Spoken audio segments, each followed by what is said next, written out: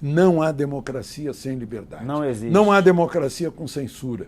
Não há democracia com prisões sem o devido processo legal. O senhor tocou sem o Ministério Público. O senhor toca num ponto que é muito caro para o povo brasileiro, as nossas liberdades.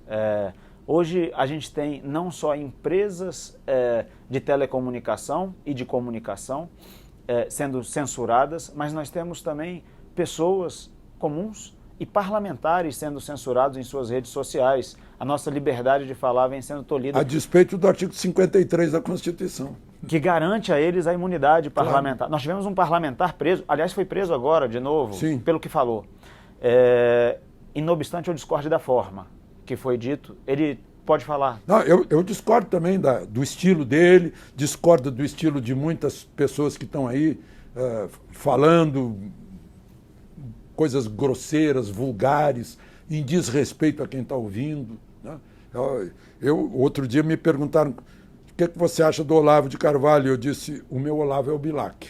Né? Por quê? Porque o Olavo de Carvalho, lá pelas tantas, começou a usar termos vulgares, chulos. Aí desrespeito, inclusive desrespeito com o general Vilas Boas, que me tocou muito. No dia que ele desrespeitou uma pessoa que está na cadeira de rodas sem voz, literalmente sem voz. Né? Sem chance de reagir. Mas também não quero falar mais sobre o Olavo, porque ele já se foi. Né? Agora, e tem uma grande obra, sem dúvida. Tem uma grande obra, e fez parte, eu acho, desse processo de mudança no Brasil, de transformação que a gente está vivendo. Agora, essa censura que está havendo e que acaba nos afetando a todos, a gente pensa nas palavras que pode usar, nas que não pode usar. Impôs o medo. Impôs o medo. E sem medo não há liberdade. E com medo não há liberdade. Né? Com medo... E a gente vive um cenário dos mais tenebrosos. Rui Barbosa dizia que a pior ditadura que pode se viver é a ditadura do Poder Judiciário. Pois aí na minha mania de pesquisar, eu não achei... Rui Barbosa está dizendo isso? Não achei onde, quando... Rui Barbosa falou isso. Em que lugar... Então isso foi atribuído a ele? Foi atribuído a ele. Como a história do mentir, algo ficará atribuído ao Voltaire, também a gente não sabe. Que não sabe se foi ou não foi. Alguém falou. Pois é. Alguém falou que a pior ditadura que se pode viver é a ditadura do Poder Judiciário. Você acha que a gente está caminhando para isso? Se alguém que nos ouve encontrar o local, por favor, me avise onde Bolsonaro disse isso, que talvez alguém pesquise e ache. Rui Barbosa. Do Rui Barbosa. Como é que o senhor enxerga esse momento? A gente já vive um momento como esse? A gente está caminhando para isso? Esse processo é reversível, não é? É reversível pelo Congresso Nacional, que é o primeiro poder que está na Constituição. Quem me chamou a atenção disso, meu querido amigo Marco Aurélio Mello. Olhe a Constituição, o primeiro poder citado. Ministro Marco Aurélio, que inclusive tem dado declarações públicas sobre isso. É o Poder Legislativo que está em primeiro lugar, que tem que resolver. É o que eu tenho dito desde sempre. Eu digo, a solução não é Forças Armadas, gente. A solução é Senado Federal. Senado Federal. Mas parece que estão gostando de como está, porque 49 senadores votaram na permanência do status quo. Sim. Né? Então, a solução é legislativa. A solução não está boa a Constituição, mudem a Constituição.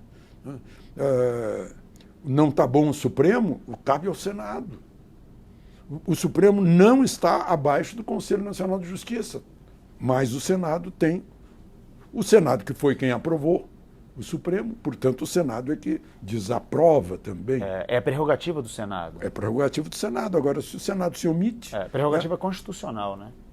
Senado passivo, Judiciário ativo. E Montesquieu, coitado, fica esperando os pesos e contrapesos funcionando, né? do ajuste entre os três poderes, sem interferência naquilo que é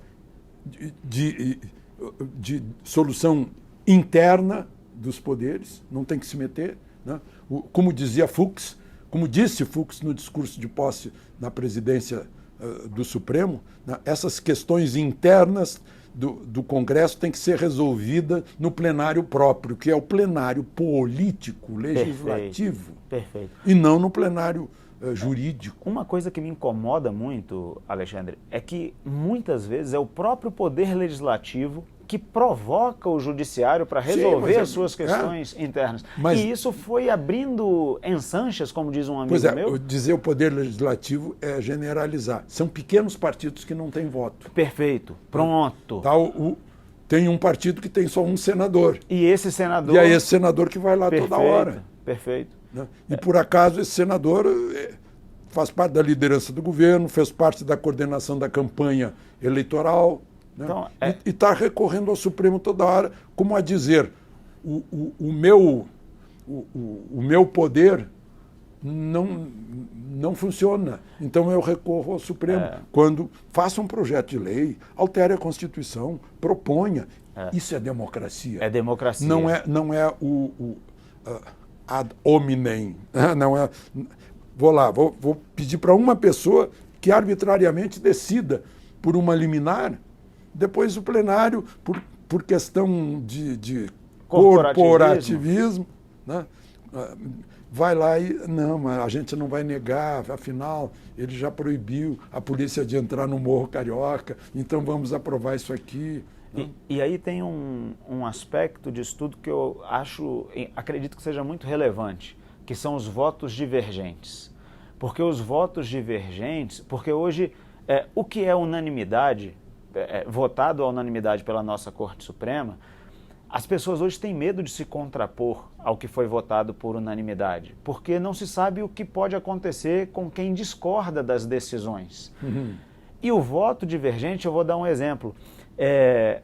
O afastamento do governador aqui do Distrito Federal, Ibanez, quando ele foi a plenário, ele teve 2 votos divergentes, do Cássio Nunes Marques e do André Mendonça. E o fato de ter havido esses 2 votos divergentes encorajou a muitas pessoas, inclusive do mundo jurídico, a se colocarem na posição deles, a dizer que aderem à corrente de pensamento que eles estão externando no voto deles.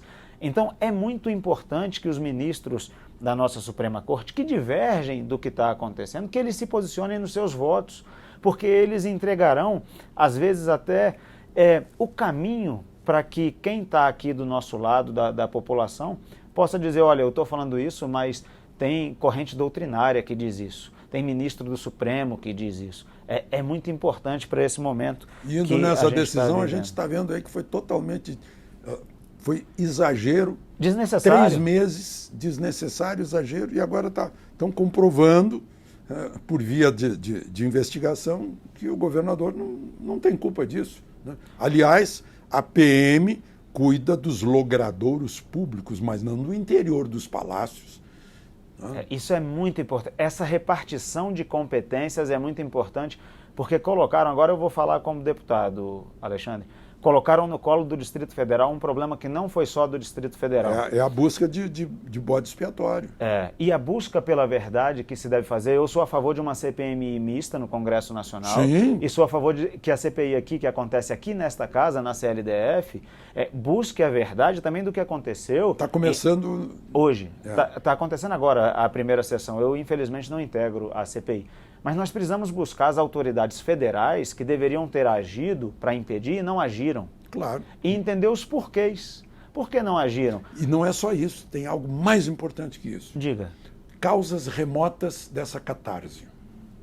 As causas remotas dessa catarse, elas são muito importantes. O fundamento, o que leva pessoas pacíficas que ficaram mais de 60 dias pacificamente se manifestando, que se manifestaram ao longo da última década, desde 2013 estão nas ruas, vestindo as suas camisetas amarelas, com as suas famílias, senhores idosos, jovens, crianças, bebês. O que leva essas pessoas, eventualmente, que eu tô até abrindo mão de um argumento que muitos usam, que havia muitos infiltrados, mas o que levaria essas pessoas a terem atitudes como essa? E que foram enganadas, se enganaram, pedindo para as Forças Armadas, quando deveriam exigir do Senado. Do Senado. Perfeito. Esse é o caminho democrático, meu Deus, é o caminho legal. É o caminho conservador. Caminho constitucional. Perfeito. Não havia motivo por 142. Não tinha como. Não tinha como. Agora, aliás, o PSOL está querendo mudar o 142 para espezinhar as Forças Armadas, né? Que demonstraram que não são golpistas. Demonstraram. Né? E estão sofrendo por isso também.